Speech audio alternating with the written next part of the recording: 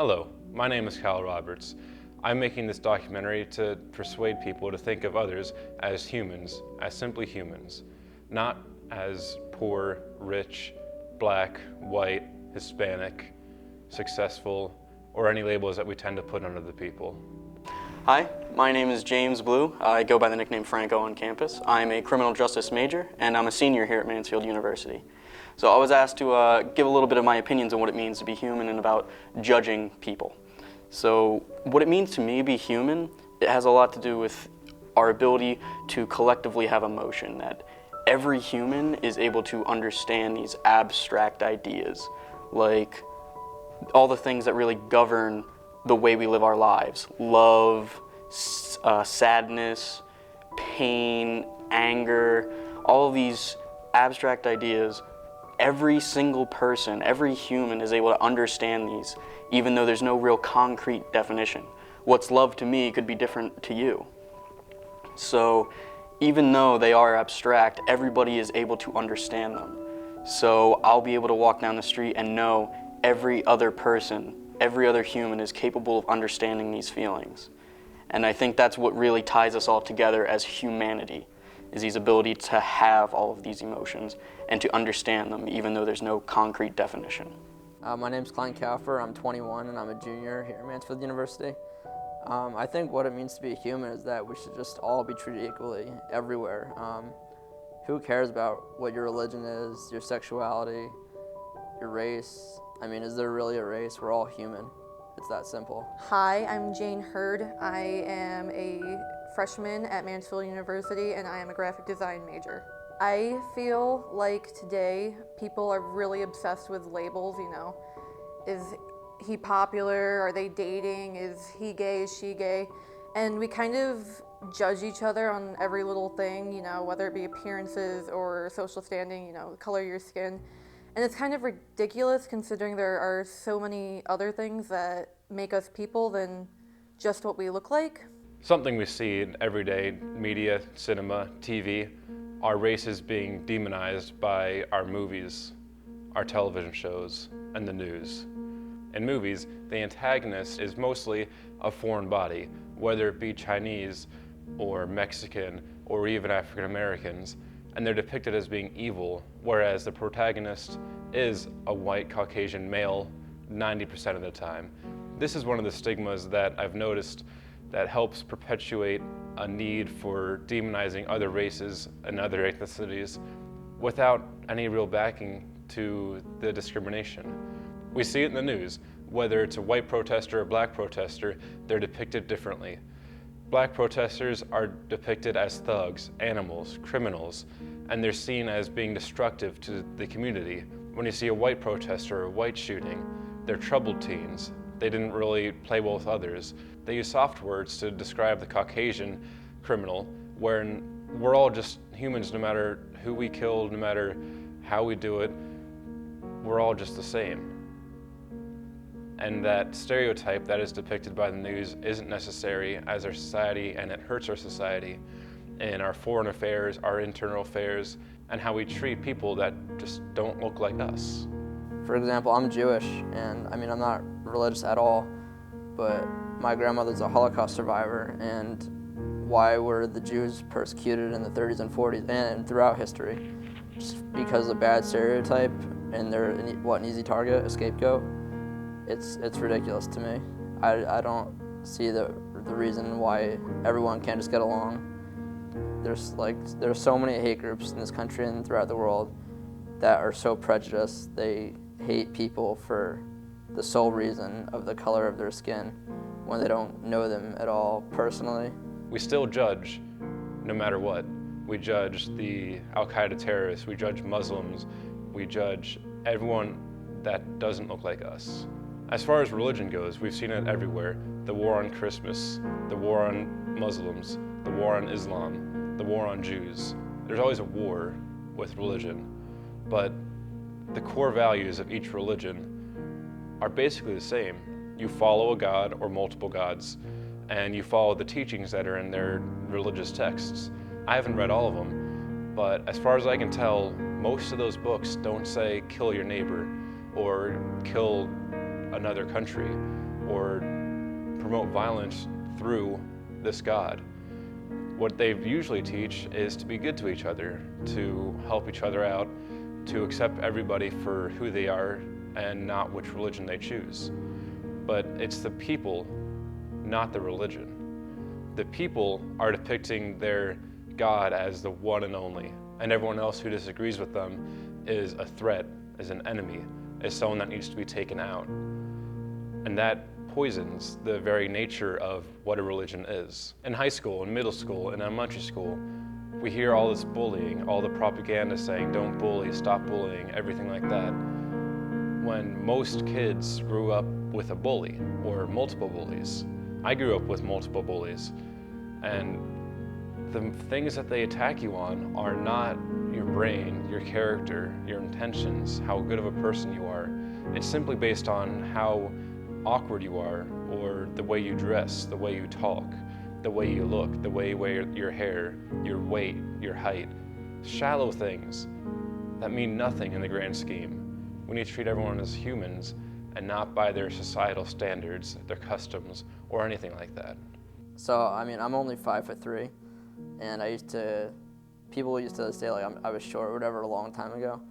And I mean, I would get really angry, and they didn't know me at all. They would or if they did know me, they would say that, and I would just get angry. But in the end, why does it matter your height or your weight? Who cares? You're a person. That's it. One label I've really had to live with most of my life is probably the term fat.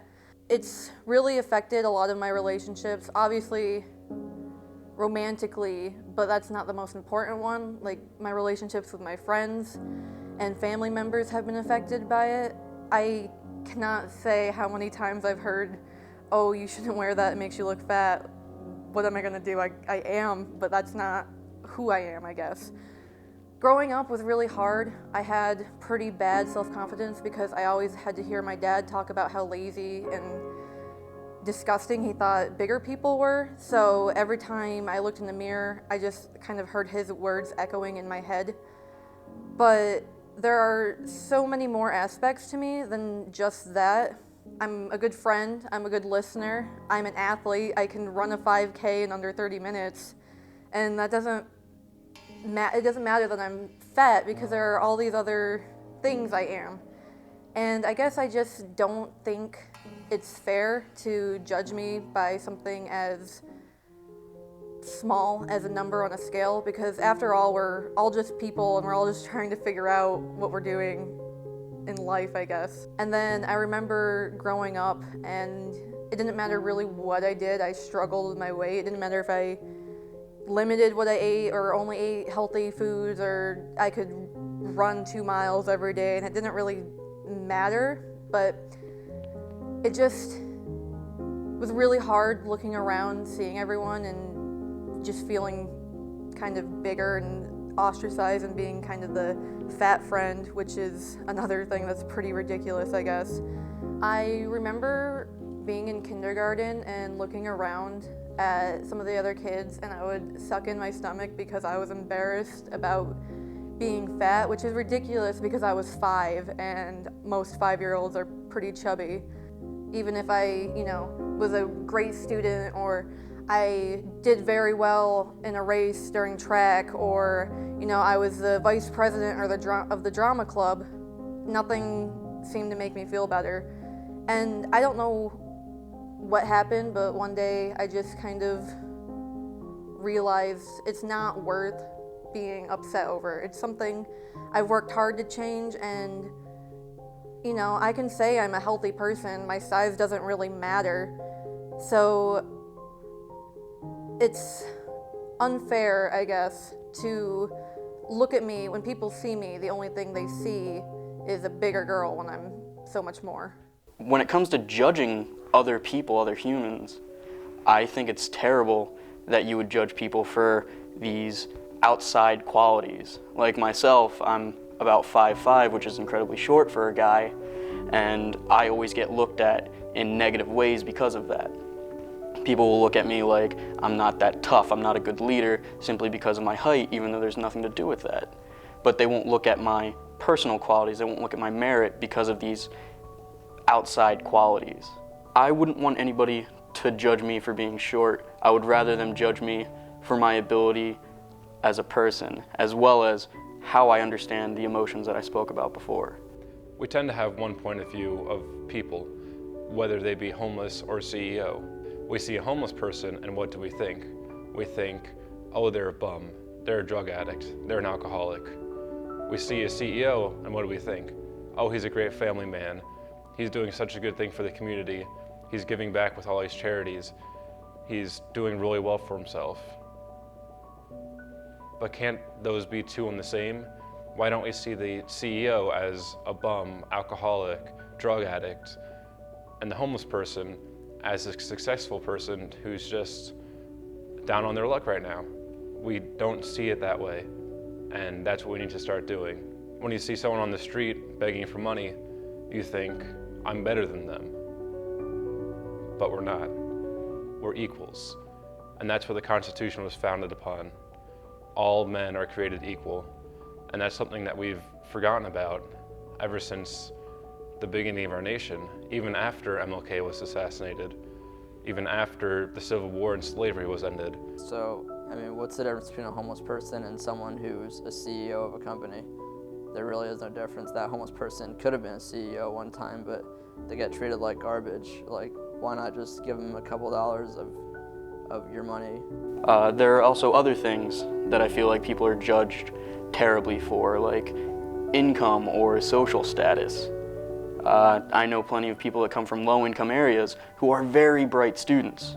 They're capable of getting high marks, incredible leaders in their communities, but because they come from a low-income area, people think that they're terrible people, that they're going to have bad manners, that they're not going to dress well and have just overall low quality of life and human interaction. But it's because they're judging them on those outside qualities. It's not a bad thing to judge people. It's just you got to make sure that you're judging them on the proper qualities. And I think that's one of the things that we really have to overcome if we ever want to move forward as humanity. America's a first world country. If you wake up with a roof over your head and a blanket on your body, then you're richer than most of the world. If you think about people in Africa, people in China, people in South America, they wake up in huts that they built themselves. They wake up to go walk 5 miles for contaminated water, but that's the only water they can get their hands on. That realization is so important to treat each other like humans when you can see how hard it is for other people to live. I have a dream that my 4 little children will one day live in a nation where they will not be judged by the color of their skin, but by the content of their character. No matter our size, no matter our race, no matter our ethnicity, we are all humans, and we're all in this together.